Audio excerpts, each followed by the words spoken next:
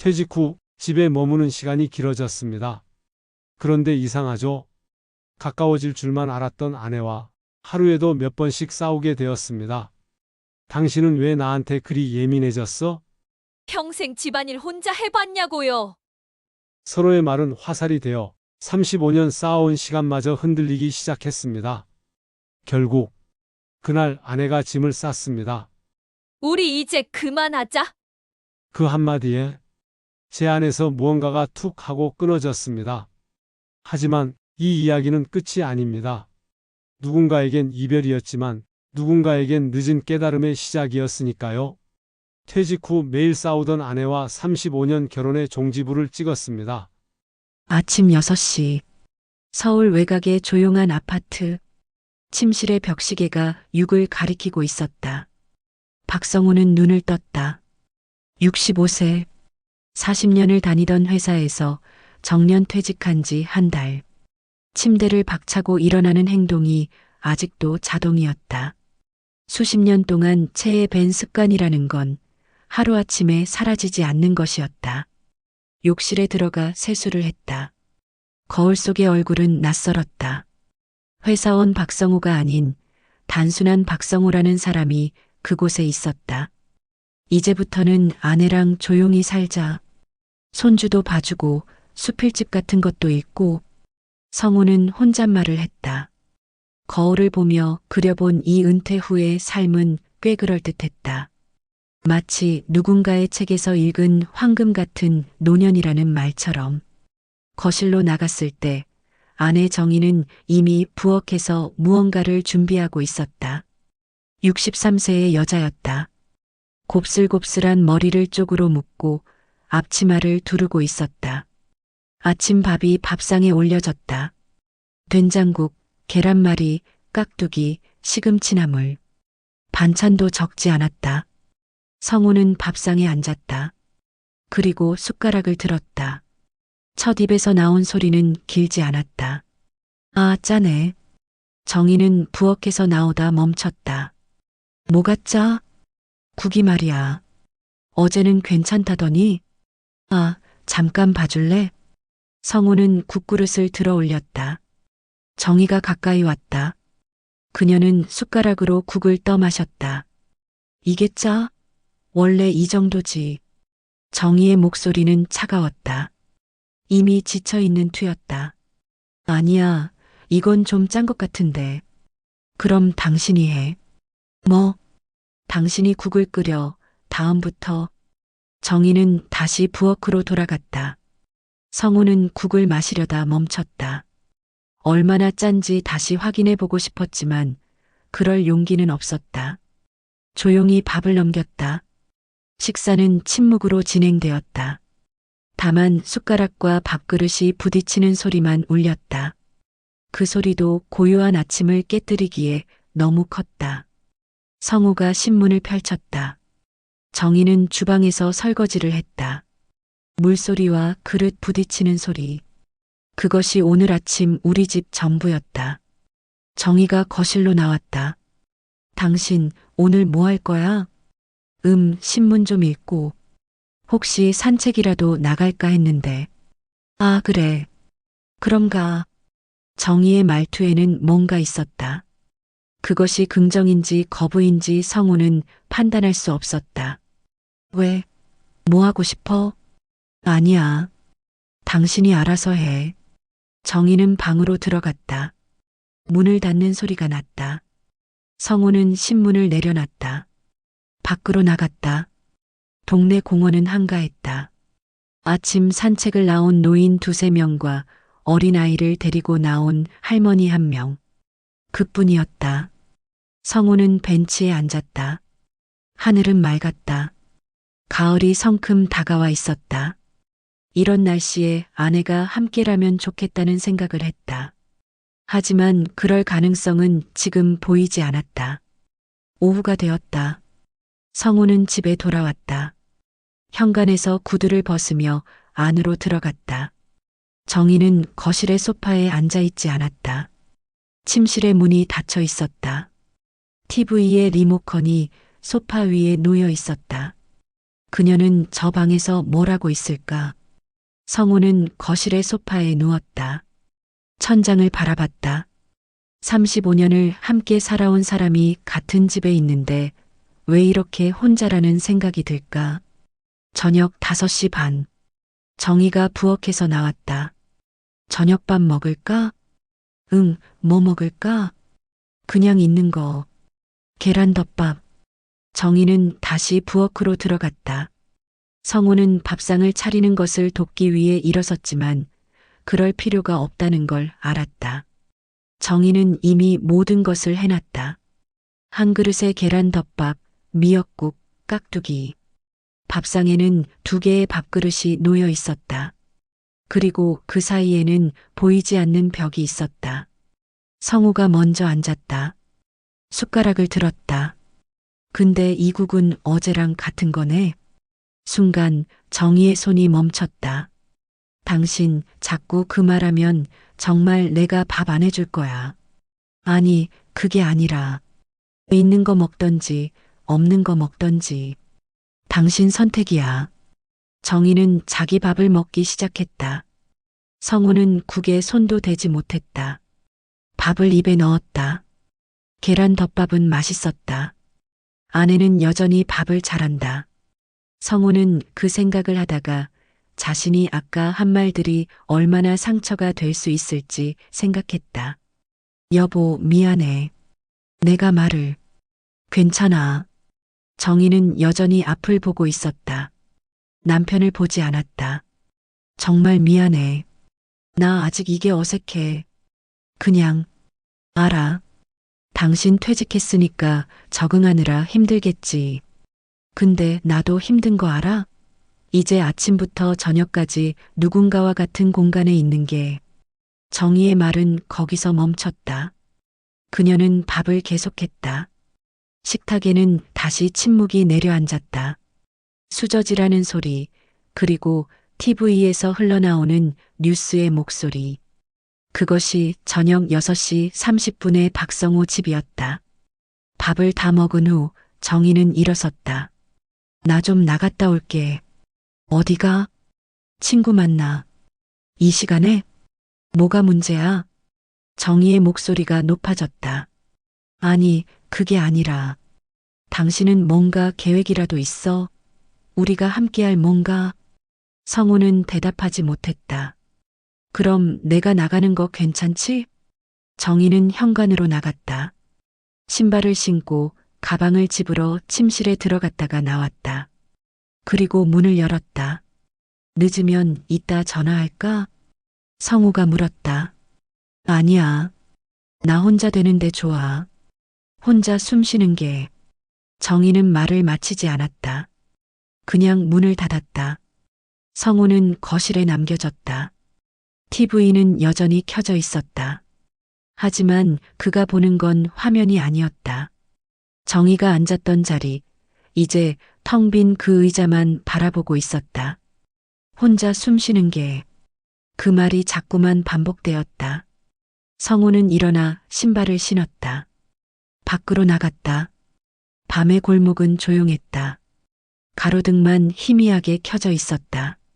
사람들은 자기 집에 가고 있었다. 누군가는 손을 맞잡고 누군가는 아이를 업고 그들은 모두 함께였다. 성우는 혼자 걸었다. 35년을 함께한 사람이 있으면서도 혼자였다. 밤이 깊어가고 있었다.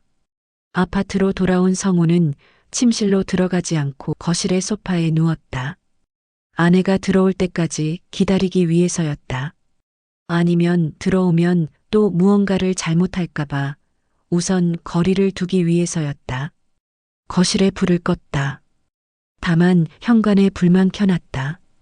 아내가 불을 끄지 않을 테니까. 밤은 계속됐다. 그리고 성우는 깨어 있었다. TV에서 나오는 가벼운 음악. 시계가 가리키는 시간. 아내가 귀가하는 발소리를 기다리며 거실에서 소파에 누운 65세의 퇴직자는 생각했다. 내가 이렇게 원하던 일생이었나? 40년을 다닌 회사. 거기서 가장이라는 이름으로 존경받던 모습들. 하지만 집에서는 어떨까? 당신 왜 맨날 집에만 있어? 그 말이 또 떠올랐다. 아내가 집에 들어오는 소리가 들렸다. 현관의 불 앞에서 신발을 벗는 소리. 그리고 조용히 침실로 들어가는 발걸음. 성우는 눈을 감았다. 소파는 아직도 차갑다. 그 차가움이 아침이 될 때까지 사라지지 않을 것이다. 첫 퇴직의 밤은 그렇게 끝났다. 꿈도 없이, 희망도 없이, 오직 침묵만이 있는 밤으로. 아침이 오면 또 밥상이 나올 것이고, 아침이 오면 또 무언가를 말할 것이고, 아침이 오면 또 그것이 상처가 될 것이다. 그것이 이제 박성호의 일상이 될 것이다. 퇴직 후 2달. 시간이 흐른다는 건 문제를 해결하지 못한다는 것을 박성호는 깨달았다. 오히려 시간은 작은 균열을 더 큰 금이 되도록 만들었다. 아침의 싸움은 일상이 되었다. 밥이 짜다, 반찬이 남는다. 왜 거실에 신발을 놔둔다. 사소한 것들이었지만 그 사소함이 모여서 관계를 짓누르고 있었다.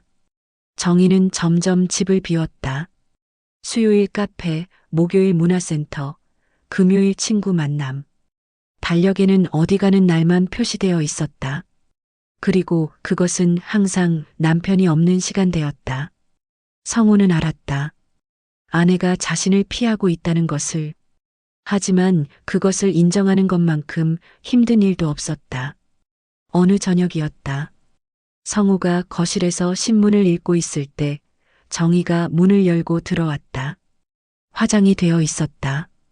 그녀가 외출할 때의 그 화장이 아니라 더 진한 화장이었다.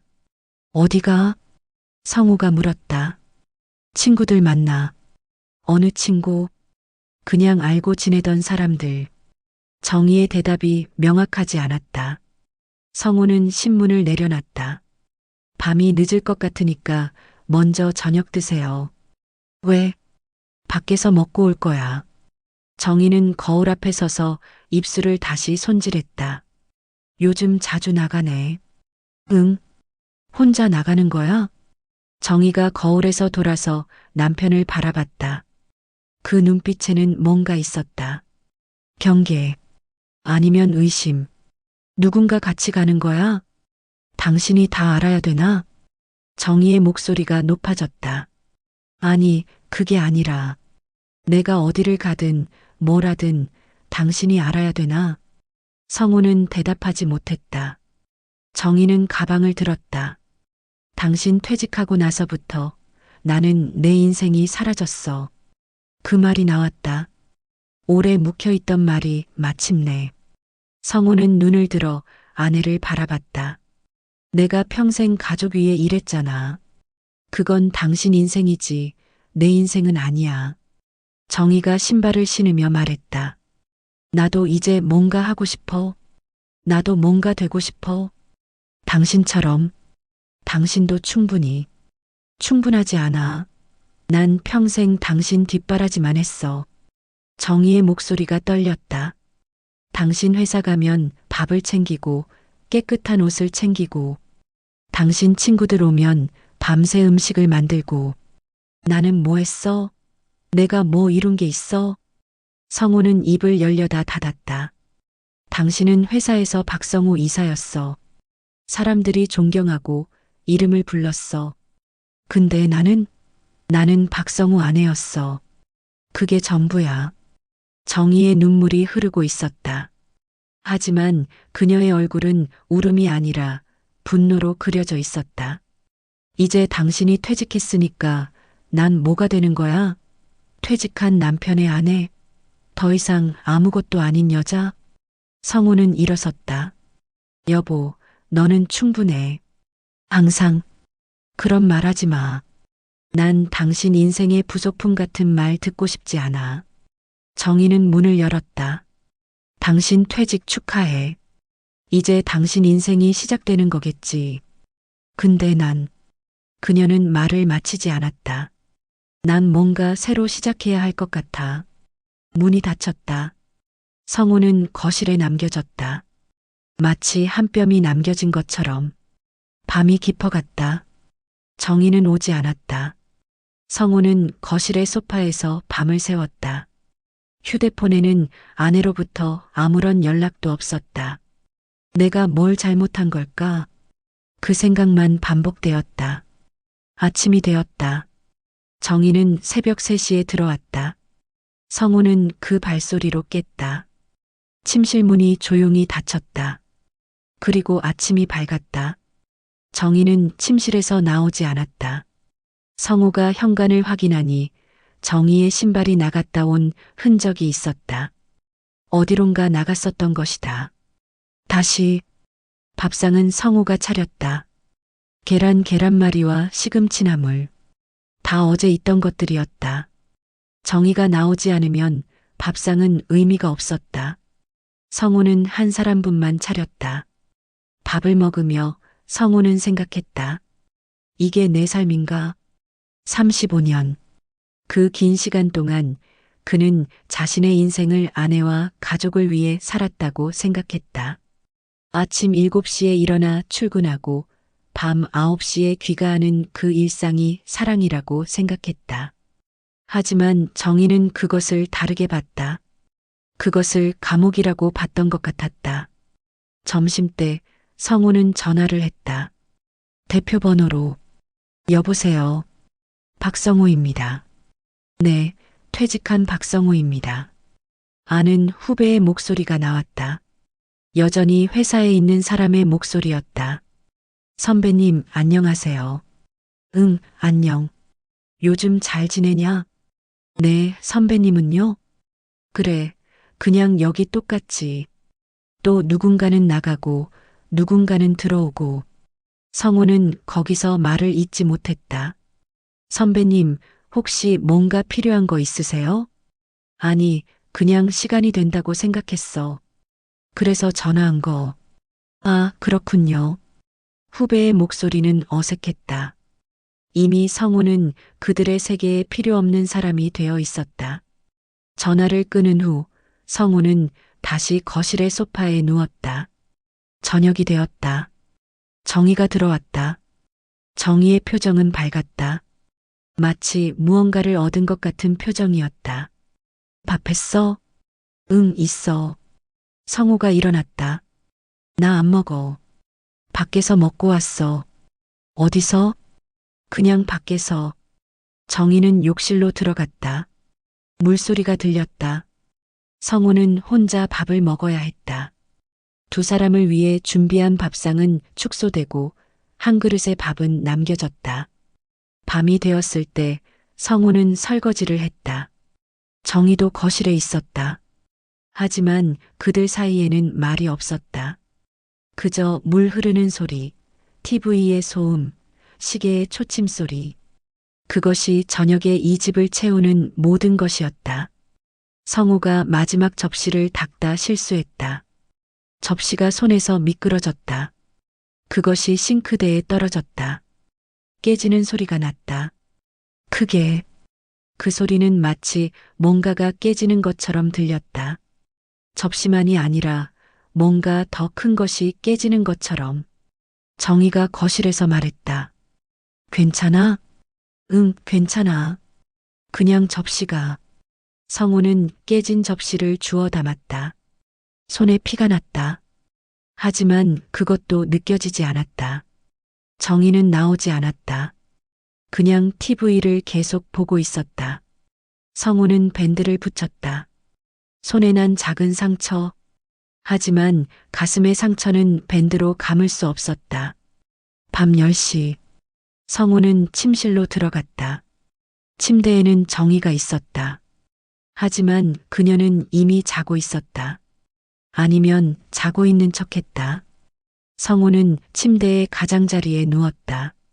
아내와의 거리는 이제 20cm도 남지 않았지만 그 거리는 무한대처럼 느껴졌다. 우리는 부부인가? 그 질문이 자꾸만 떠올랐다. 아니면 그냥 같은 집에 사는 두 낯선 사람인가? 성우는 천장을 바라봤다. 아내의 숨소리만 들렸다. 그리고 그 숨소리도 멀게 들렸다. 다음 날 아침. 정희의 침대는 비어 있었다. 이미 나간 후였다. 거실의 탁자에는 포스트잇이 붙어 있었다. 좀 혼자 있고 싶어. 당분간 엄마 집에 있을게. 그게 전부였다. 성우는 그 포스트잇을 들었다. 그리고 오래 바라봤다. 당분간. 그 말이 얼마나 길 것인지 성우는 감지했다. 집이 조용했다. 너무나 조용했다. 마치 누군가가 떠난 후의 방처럼. 성우는 침대에 누웠다. 그리고 생각했다. 이게 끝인가? 그 질문에 대한 대답은 아직도 오지 않았다. 2주일이 지났다. 포스트잇이 남겨진 그날부터 성우는 시간의 의미를 잃었다. 달력은 계속 넘어갔지만 그의 삶은 그 2주일 아침에 멈춰 있었다. 정희는 돌아오지 않았다. 가끔 전화가 왔지만 그것은 집의 서류나 건강보험료 같은 실무적인 것들 뿐이었다. 목소리는 무감정했다. 마치 낯선 사람과 통화하는 것 같은 목소리. 성우는 그 전화들을 받기 위해 하루 종일 집에 있었다. 냉장고는 텅 비어갔다. 정희가 해둔 반찬들도 모두 없어졌다. 남겨진 것은 밥, 계란, 라면뿐이었다. 그리고 하나의 푸른 접시. 성우는 그 접시를 쓰지 않고 있었다. 그날 밤 깨진 접시들의 짝이었다. 남겨진 그 하나의 접시를 보고 있으면 마치 자신이 깨진 것 같은 기분이 들었다. 아침이 되었을 때 성우는 일어나기를 포기했다. 침대에 누워 천장을 바라봤다. 정희가 밤마다 자던 자리는 이제 아무도 눕지 않는 흰색의 공간이 되었다. 그 공간은 더 커 보였다. 점심때 성우는 밥을 했다. 한 공기만. 계란말이도 다시 만들 수 없었다. 아내의 손길 없이 그것을 만드는 것이 너무 어색했다. 결국 라면을 끓였다. 스프를 풀고 계란을 떨어뜨렸다. 정희가 가끔 만드는 방식으로. 하지만 그것도 맛이 없었다. 아무리 같은 방법이어도 손이 다르면 맛이 다르다는 것을 알았다. 식탁에 앉아 성우는 한 사람을 위한 밥상을 봤다. 그것은 나이 드신 부모를 떠올리게 했다. 아내도 없고 자식들도 없고 오직 혼자만 밥을 하고 먹는 그런 모습. 내 미래가 이렇게 생겼으면 어쩌지? 성우는 밥을 놔뒀다. 그리고 거실로 나왔다. 휴대전화를 들었다. 통화 기록을 봤다. 정희에게서 온 마지막 전화는 이틀 전이었다. 건강보험료 승인건에 대한 전화였다. 35년을 함께한 사람과의 통화가 이제 건강보험료 얘기가 되어 있었다. 성우는 전화를 걸었다. 여보세요? 정희의 목소리가 나왔다. 여전히 차갑게. 여보, 뭐? 집에 와. 우리 좀 얘기하자. 침묵이 흘렀다. 오래 흐른 침묵이었다. 할 얘기가 뭐 있어? 정희가 말했다. 우리 아직, 당신도 알잖아. 더 이상은 안 돼. 여보. 성우의 목소리가 높아졌다. 제발 한 번만 집에 와봐. 우리 얘기해보자. 뭔가 방법은 없어. 나는 이미 결정했어. 정희의 목소리에는 더 이상 감정이 없었다. 마치 누군가 다른 사람이 말하는 것처럼. 변호사 선생님하고도 이미 만났어. 합의 이혼 서류도 준비했어. 성우의 손이 떨렸다. 뭐 하는 거야? 이혼이 뭐 하는 거지? 당신도 알잖아. 여보.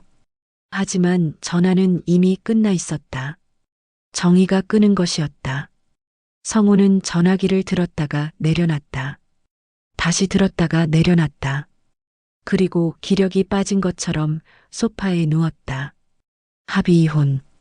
그 단어가 현실이 되어 성우의 가슴을 눌렀다. 휴대폰이 울렸다. 아들이었다. 아버지, 안녕하세요. 응. 아버지, 엄마가 나한테 전화했어요. 뭔가 이혼한다고? 성우는 대답할 수 없었다. 아버지, 뭐 하신 거예요? 아들의 목소리에는 혼란과 분노가 섞여 있었다. 아버지, 엄마한테 뭔가. 너희는 신경 쓰지 마. 이건 우리 사이의 문제야. 성우가 중얼거렸다. 아버지, 그게 무슨. 성우는 전화를 끊었다. 아들도 아내에게 이미 들었을 것이다. 아내의 버전을. 내가 이렇게까지 밀려난 건가? 성우는 생각했다. 아내는 벌써 변호사를 찾고 서류를 준비했다. 자신과의 대화는 없었다. 오직 선택만 있었다. 아내의 선택. 밤이 깊어갔다. 성우는 잠을 자지 못했다. 침대에 누워 그냥 시간이 지나갈 때까지 기다렸다. 시계의 초침 소리만 들렸다. 똑딱, 똑딱. 마치 무언가가 끝나가는 소리처럼.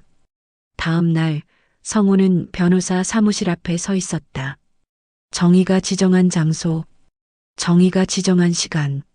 정의는 이미 안에 있었다. 변호사와 함께 성우는 뒤에서 들어갔다. 안녕하세요. 변호사가 인사했다. 정의는 성우를 보지 않았다. 서류들이 펼쳐졌다. 재산 분할, 위자료, 양육비. 다 정리되어 있었다. 마치 미리 계산되고 정해진 것처럼. 이 정도면 합리적이라고 생각합니다. 특히 부인분이 특별히 많은 요구를 하시지 않으셨거든요. 변호사가 말했다. 성우는 서류를 읽었다. 읽는 것도 힘들었다. 글이 흐릿해 보였다. 이건 너무 일방적인데? 성우가 중얼거렸다. 35년을 함께한 사람인데 이렇게? 당신이 날 원하지 않으니까 이게 당연한 것 아닌가? 정의가 처음으로 입을 열었다. 난 별로 필요 없어. 당신이 뭘 주든. 난 그냥 내 인생을 살고 싶어. 그 말이 성우의 가슴을 또 내려찍었다. 여보, 제발. 사인만 하세요. 변호사가 종이를 밀었다. 성우의 손이 떨렸다. 펜을 들기 위해. 그 펜은 35년의 결말을 쓸 펜이었다. 그는 펜을 들었다. 손가락이 움직이지 않았다. 정의는 이미 사인을 했다. 그녀의 사인은 깔끔했다. 마치 오래전부터 이것을 기다리고 있었다는 듯이. 성우가 마침내 펜을 내려놨다. 이제 다 됐습니다. 변호사가 말했다. 축하합니다. 그 말이 정말 이상했다. 축하? 이것이 축하받을 일인가? 정의가 일어났다. 성우는 그녀를 바라봤다. 마지막으로 한마디만. 정의가 멈췄다. 뭐? 고마워. 정의가 말했다. 35년이라는 시간을 줬어. 지겹지 않을 정도로. 그리고 그녀는 나갔다. 변호사와 함께. 성우는 그 자리에 남겨졌다. 서류 위에는 2개의 사인이 있었다. 35년의 증거. 그리고 그 증거는 이제 끝이라는 뜻이었다. 거리에 나왔을 때 성우는 무엇을 해야 할지 몰랐다. 집으로 가야 하나? 아니면 거리를 계속 헤매야 하나? 그는 공원에 들어갔다. 벤치에 앉았다. 그리고 처음으로 공개적으로 울었다. 60대의 남자가 공원의 벤치에서 아무도 그를 본 사람이 없는데도 울고 있었다. 마치 아이처럼. 시간은 계속 흘렀다. 해는 이미 중천이었다. 성우는 집으로 돌아왔다. 현관문을 열었을 때 집의 냄새가 달랐다. 누군가의 손길이 완전히 사라진 냄새. 그것은 집이 아니라 단지 건물일 뿐이었다. 성우는 침실로 갔다. 침대는 여전히 하얀색 그대로였다. 정의가 누웠던 자리는 누구도 눕지 않을 것 같았다. 성우는 그 자리에 누웠다. 아내의 베개를 들어 안았다. 아내의 냄새가 아직도 남아 있었다. 여보. 성우가 중얼거렸다. 하지만 답하는 사람은 아무도 없었다. 거실의 시계가 초침을 울렸다. 똑딱, 똑딱. 그것이 유일한 소리였다. 35년 결혼 생활의 종지부. 그것은 변호사 사무실에서 찍혔다. 그리고 이제 성우가 해야 할 일은 이 새로운 삶에 적응하는 것뿐이었다. 혼자서. 집이 조용했다. 너무나 조용했다. 마치 누군가가 죽은 후의 침묵처럼. 사실 뭔가는 죽었다. 그것은 성우의 이전 삶이었다. 그 밤 성우는 처음으로 혼밥을 했다. 라면 한 그릇, 계란 하나. 그것이 한 사람의 저녁끼니. 밥상에는 2개의 자리가 있었지만 하나만 차려졌다. 성우는 그것을 먹으며 생각했다. 이제 나는 어디로 가야 할까? 그 질문에 대한 대답은 아직도 없었다. 이혼 후 2달. 성우는 아침마다 같은 일을 반복했다. 일어나지 않는 것. 침대에서 일어나는 이유가 없었다. 갈 곳도 할 일도 만날 사람도 없었다. 그저 천장을 바라보는 것이 하루의 전부였다. 냉장고는 계속 비어갔다. 라면만 몇 박스 사두었고 그것만 먹었다. 계란도 더 이상 사지 않았다. 계란말이를 만드는 것이 정의를 떠올리게 했기 때문이었다. 어느 날 아들이 찾아왔다. 문을 두드리는 소리가 났지만 성우는 일어나지 않았다. 열쇠로 문을 여는 소리가 들렸다. 아들이 예비 열쇠를 쓴 것이었다. 아버지. 아들의 목소리가 들렸다. 거실을 지나 침실로 들어왔다. 아버지, 왜 이러세요? 성우는 침대에 그대로 누워 있었다. 아들을 보지도 않았다. 일어나세요. 이게 뭐 하시는 거예요? 그냥 있어. 성우가 중얼거렸다. 아버지, 이러시면 안 돼요. 뭐라도 하셔야죠. 뭘 하냐? 아무것도 할 게 없어. 아들은 한숨을 쉬었다. 그리고 성우의 손을 잡았다. 아버지, 밖으로 나가세요. 일이라도 찾아보시고. 일? 성우가 웃었다. 쓴웃음이었다. 누가 65살을 뽑겠냐? 나는 이제 아무 쓸모없는 사람이야. 그렇지 않아요. 아들의 목소리는 간절했다. 구청에 가보세요. 공공근로라도. 공공근로. 그 말이 성우의 귀에 들어왔다. 공공근로는 나이가 많거나 일을 찾지 못한 사람들을 위한 일자리였다. 거리 청소, 공원 관리, 그런 것들. 성우는 처음에는 거부했다. 하지만 아들의 눈빛이 달랐다. 그 눈빛에는 애원이 있었다. 아버지, 제발이요. 며칠 후 성우는 구청에 갔다. 담당자는 서류를 받았다. 이력서를 보더니 고개를 끄덕였다. 65세시네요. 괜찮습니다. 저희도 인력이 필요하거든요. 뭘 하면 되나요? 거리 청소입니다. 새벽 5시에 출근하시면 됩니다. 새벽 5시. 성우가 회사 다닐 때보다 더 이른 시간이었다. 급여는 월 120만 원입니다. 적지만 괜찮습니다. 성우가 대답했다. 금액은 중요하지 않았다. 그저 뭔가를 해야 한다는 것만이 중요했다. 첫 출근 날. 새벽 4시 반에 일어났다. 어둠 속에서 옷을 입었다. 형광색 조끼를 입고 장갑을 끼고 모자를 썼다. 거울을 봤을 때 그곳에는 낯선 사람이 있었다. 박성우 이사가 아니라 그냥 청소부라는 사람이. 거리는 고요했다. 아직 해가 뜨기 전이었다. 가로등만 희미하게 켜져 있었다. 성우는 빗자루를 들었다. 생전 처음 들어보는 그 물건. 그리고 거리를 쓸기 시작했다. 낙엽이 쓸려 나갔다. 담배꽁초가 모였다. 쓰레기가 담겼다. 1시간이 지났다. 2시간이 지났다. 3시간이 지났다. 성우의 허리가 아팠다. 손도 아팠다. 발도 아팠다. 하지만 멈출 수 없었다. 이것이 이제 자신의 일이었기 때문이었다. 해가 떠올랐다. 사람들이 출근하기 시작했다. 그들은 성우를 스쳐 지나갔다. 누구도 그를 보지 않았다.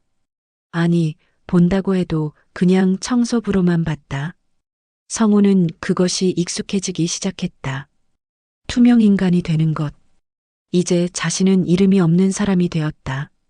점심시간. 성우는 벤치에 앉아 김밥을 먹었다. 편의점에서 산 1,500원짜리 김밥. 그 옆으로 한 아이가 지나갔다. 초등학생 정도의 아이였다. 그 아이가 성우를 봤다. 할아버지, 안녕하세요. 그 한마디가 나왔다. 아이의 목소리는 맑았다. 성우는 멈췄다. 오랫동안 아무도 자신에게 인사하지 않았다. 그런데 이 아이는 인사를 한 것이었다. 안녕. 성우가 대답했다. 목소리가 떨렸다. 할아버지, 고생하세요. 제가 우리 학교 청소하시는 분도 알아요. 항상 감사해요.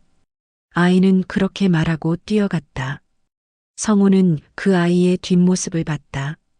그리고 처음으로 오랜만에 눈물이 났다. 하지만 이번의 눈물은 절망의 눈물이 아니었다. 뭔가 다른 것이었다. 따뜻한 것. 나도 필요한 사람이구나. 그 깨달음이 가슴을 적셨다. 저녁이 되어 집으로 돌아왔을 때 성우는 기진맥진했다. 소파에 누웠다. 온몸이 아팠다. 하지만 마음은 조금 가벼웠다. 오늘 하루는 살았다. 그것만으로도 충분했다. 다음 날도 그 다음 날도 성우는 새벽에 일어났다. 거리를 쓸었다. 쓰레기를 모았다. 그리고 사람들이 지나가는 것을 봤다. 어느 날 한 할머니가 성우에게 말했다. 고맙습니다. 덕분에 거리가 깨끗해요. 아닙니다. 아니에요. 당신 같은 분들이 계셔야 우리가 살지. 할머니는 웃으며 지나갔다. 성우는 그 말을 곱씹었다. 당신 같은 분들이 계셔야. 그렇다. 자신은 필요한 사람이었다. 비록 박성우 이사는 아니지만 거리를 깨끗이 하는 사람으로서. 한 달이 지났다. 성우는 이제 아침에 일어나는 것이 자연스러웠다. 빗자루를 드는 것도 자연스러웠다. 그리고 사람들의 인사를 받는 것도 자연스러웠다. 어느 날 동료 한 분이 성우에게 물었다. 박 선생님, 저녁에 시간 되세요? 네. 복지관에서 글쓰기 프로그램 하는데 같이 가실래요? 저도 요즘 그거 하거든요. 글쓰기 프로그램. 성우는 그런 것을 해본 적이 없었다. 저는 글을 잘 못 쓰는데. 괜찮아요. 다들 그래요. 근데 쓰다 보면 뭔가 풀리더라고요. 마음이. 동료의 말에 성우는 고개를 끄덕였다. 한번 가볼게요. 그날 저녁 성우는 복지관에 갔다. 복지관의 한 방에는 여러 어르신들이 앉아 있었다. 그들은 노트를 펼치고 무언가를 쓰고 있었다. 앞에는 한 여자가 서 있었다. 50대 후반으로 보이는 여자였다. 그녀가 성우를 봤다. 안녕하세요. 처음 오셨어요? 네.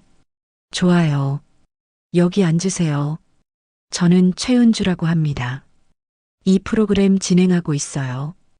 은주의 목소리는 따뜻했다. 성우는 한쪽 자리에 앉았다. 오늘은 내가 후회하는 것이라는 주제로 써보세요. 짧아도 괜찮아요. 한 줄도 괜찮고요. 성우는 노트를 받았다. 그리고 펜을 들었다. 내가 후회하는 것. 그 주제가 머릿속을 맴돌았다. 후회. 얼마나 많은 후회가 있을까. 성우는 펜을 내려놨다. 그리고 첫 줄을 썼다. 나는 아내에게 미안하다. 그 한 줄이 나왔다. 그리고 그 다음 줄이 이어졌다. 내가 그녀를 사랑했지만 그것을 제대로 표현하지 못했다. 눈물이 떨어졌다. 종이 위로. 은주가 성우의 옆에 다가왔다. 그리고 조용히 어깨를 두드렸다. 괜찮아요. 울어도 괜찮아요. 여기서는. 성우는 계속 썼다. 손이 멈추지 않았다. 그리고 한 페이지가 가득 찼다. 그날 밤 집으로 돌아온 성우는 노트를 다시 펼쳤다. 자신이 쓴 글을 읽었다. 이것이 내 진심이었구나. 그 깨달음이 왔다. 다음 주에도 그 다음 주에도 성우는 복지관에 갔다. 글을 썼다. 그리고 자신의 마음을 정리했다. 어느 날 은주가 성우에게 물었다. 박 선생님, 이제 조금 나아지셨나요? 네, 많이요. 그럼 다음 주에 발표 한번 해보시겠어요? 여기 계신 분들 앞에서. 성우는 주저했다. 하지만 고개를 끄덕였다. 해볼게요. 그것이 성우의 새로운 시작이었다. 혼자가 된 사람에서 다시 사람 속으로 돌아가는 사람으로, 퇴직자에서 실직자로, 그리고 이제는 다시 시작하는 사람으로. 성우는 알았다. 이별은 끝이 아니라 새로운 시작의 기회였다는 것을. 그리고 그 시작은 아주 작은 인사 한마디에서 시작되었다는 것을. 글쓰기 프로그램 석 달째. 성우는 매주 복지관에 나갔다. 처음엔 글을 쓰는 것이 낯설었지만 이제는 자연스러워졌다. 노트는 점점 두꺼워졌다. 그 안에는 성우의 지난 삶이 담겨 있었다. 정의와의 만남, 결혼, 육아, 퇴직, 그리고 이별. 모든 것이 글로 정리되어 있었다. 은주는 어느 날 성우에게 물었다. 박 선생님, 이제 발표할 준비가 되셨나요? 성우는 노트를 바라봤다. 그리고 고개를 끄덕였다. 네, 준비됐습니다. 발표 날. 복지관의 작은 강당에는 20명 정도의 어르신들이 앉아 있었다. 모두 글쓰기 프로그램 참여자들이었다. 그리고 몇몇 복지관 직원들도 함께했다. 성우는 강단 앞에 섰다. 손에는 노트가 들려 있었다. 손이 떨렸다. 하지만 이제 멈출 수 없었다. 안녕하십니까? 저는 박성우라고 합니다. 목소리가 강당에 울렸다. 저는 65년을 살았습니다. 그중 35년을 한 사람과 함께 살았습니다. 성우는 노트를 펼쳤다. 하지만 저는 그 35년 동안 그 사람을 제대로 사랑하지 못했습니다. 청중은 조용히 듣고 있었다. 제가 회사에 있을 때 저는 가장이라고 생각했습니다. 돈을 벌어오는 것이 사랑이라고 생각했습니다. 하지만 제 아내는 그것을 원한 게 아니었습니다. 성우의 목소리가 떨렸다. 그녀는 제가 함께 있기를 원했습니다. 함께 대화하고, 함께 웃고, 함께 걷기를 원했습니다. 하지만 저는 그것을 몰랐습니다. 눈물이 흘렀다. 성우는 멈추지 않았다. 그리고 제가 퇴직한 후 우리는 매일 싸웠습니다. 사소한 것들로. 밥이 짜다, 집이 지저분하다, 왜 맨날 집에만 있냐? 청중의 눈시울이 붉어지기 시작했다. 결국 우리는 헤어졌습니다. 35년이라는 시간이 한 장의 서리로 끝났습니다. 성우는 노트를 덮었다. 저는 그 후 몇 달 동안 죽은 사람처럼 살았습니다.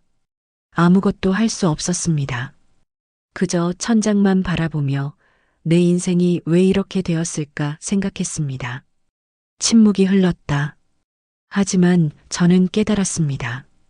성우가 청중을 바라봤다. 우리는 싸웠지만 그 싸움 속에서도 서로를 사랑했던 사람들이었습니다. 단지 그 사랑을 표현하는 방법을 몰랐을 뿐입니다. 박수가 터져 나왔다.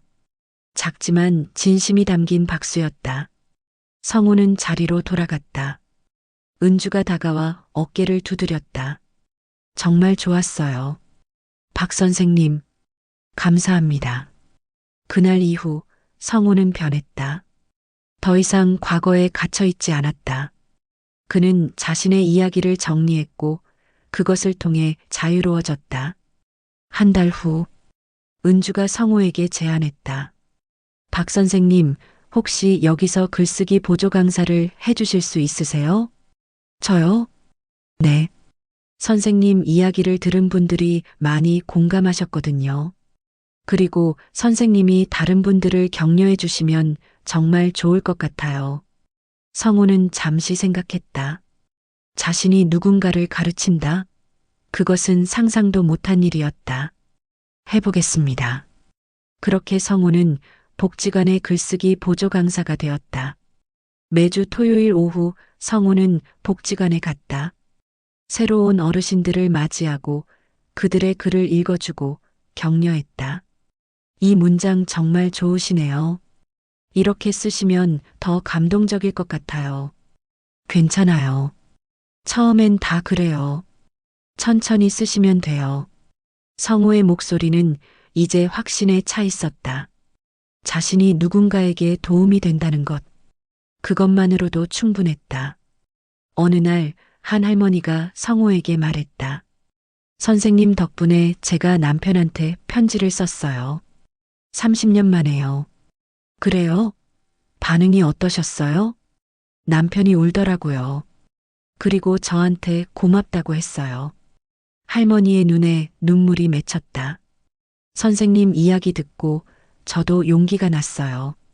늦지 않았다는 거요. 성우는 그 말을 듣고 가슴이 뭉클했다.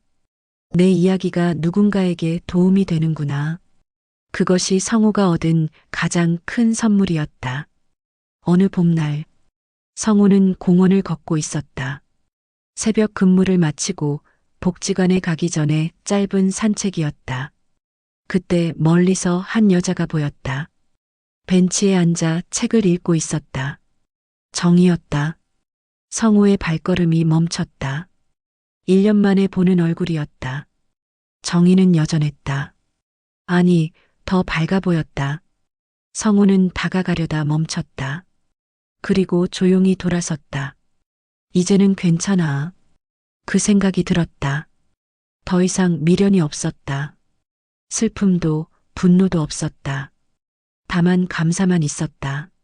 35년이라는 시간을 줘서 고마워. 성우는 걸음을 옮겼다. 뒤돌아보지 않았다. 글쓰기 프로그램은 계속되었다. 성우는 이제 정식 강사가 되었다. 복지관에서 급여도 받기 시작했다. 많지는 않았지만 충분했다. 거리 청소도 계속했다. 새벽마다 일어나 거리를 쓸었다. 그리고 사람들의 인사를 받았다. 할아버지, 안녕하세요. 고생하세요. 감사합니다. 그 인사들이 성우의 하루를 채웠다. 어느 날 아들이 찾아왔다. 아버지, 요즘 잘 지내시죠? 응, 잘 지내. 성우가 웃으며 대답했다. 아버지 표정이 많이 밝아지셨어요. 그래. 네. 전보다 훨씬요. 아들이 성우의 손을 잡았다. 엄마 소식 들으셨어요? 아니. 엄마도 잘 지내신대요. 요즘 미술학원 다니신다고. 성우는 고개를 끄덕였다. 그래, 잘 됐네. 진심이었다. 정의도 자신의 인생을 살고 있다. 그것으로 충분했다. 아버지도 행복하세요? 아들이 물었다. 응, 행복해. 성우가 대답했다. 그것은 거짓이 아니었다. 진짜 행복이었다.